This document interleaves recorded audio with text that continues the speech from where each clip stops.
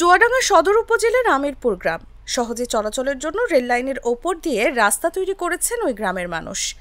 সেখান দিয়ে শিক্ষার্থী, পথচারী সহ ছোট বড় যানবাহনগুলো নিয়মিত চলাচল করে।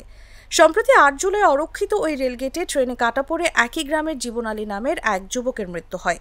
আন্তনগর রূপসা এক্সপ্রেস ট্রেন আলমডাঙ্গা থেকে চুয়াডাঙ্গা অভিমুখে আসছিল।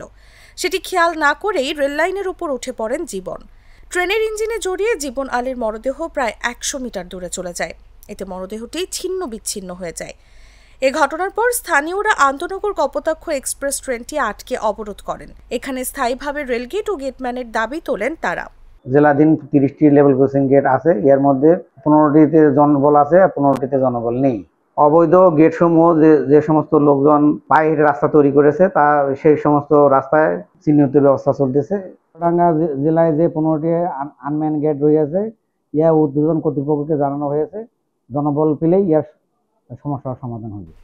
শুধু জীবন আলী নয়, এভাবে গত 7 মাসে চুয়াডাঙ্গার বিভিন্ন স্থানে ট্রেনে কাটা পড়ে 9 জনের মৃত্যু হয়েছে। অনুমোদনহীন অরক্ষিত রেলগেট, ত্রুটিযুক্ত ব্যারিয়ার, গেটম্যানের স্বল্পতা সহ নানা সমস্যার মধ্য দিয়ে ঝুঁকিপূর্ণ অবস্থায় রয়েছে চুয়াডাঙ্গার রেল ক্রসিংগুলো।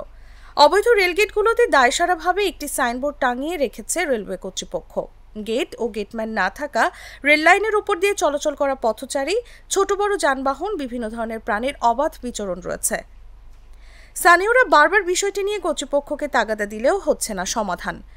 রেলওয়ের তথ্য মতে চুয়াডাঙ্গা জেলায় 30টি বৈধ গেট রয়েছে। এর মধ্যে 15টি গেটে গেটম্যান নেই, যার কারণে বৈধ গেটগুলো মৃত্যুকূপে পরিণত হচ্ছে। এছাড়া 5টি অবৈধ গেট রয়েছে। রেলপথের উপর দিয়ে চলাচলের জন্য মানবসৃষ্ট আরও 25টি রাস্তা রয়েছে। খুলনা থেকে ছেড়ে আসা আন্তনগর মেইল ও পণ্যবাহী ট্রেন দিনরাত চলাচল করছে চুয়াডাঙ্গার ওপর দিয়ে।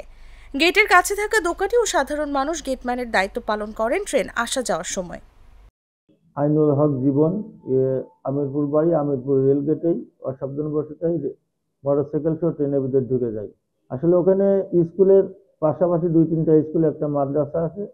তো অস্থায়ী এটা রেলগেট, কিন্তু এটা স্থায়ী করলে আমার মনে হয় সুবিধা হয় এবং কোমলমতি ছাত্রছাত্রীরা যাতে নির্বিঘ্নে যাতায়াত করতে পারে। 1862 সালে কলকাতা থেকে চুয়াডাঙ্গার ওপর দিয়ে রেলপথে প্রথম ট্রেন চলাচল শুরু হয়। সেই থেকে ট্রেন চালু রয়েছে। বর্তমানে এই রেলপথ দিয়ে আন্তনগর, মেইল ও পণ্যবাহী ট্রেন চলাচল করছে দেশের বিভিন্ন জেলায়। ট্রেনে যোগাযোগ সহজ হওয়ায় মানুষও অনেকটা নির্ভরশীল হয়ে পড়েছে এর ওপর।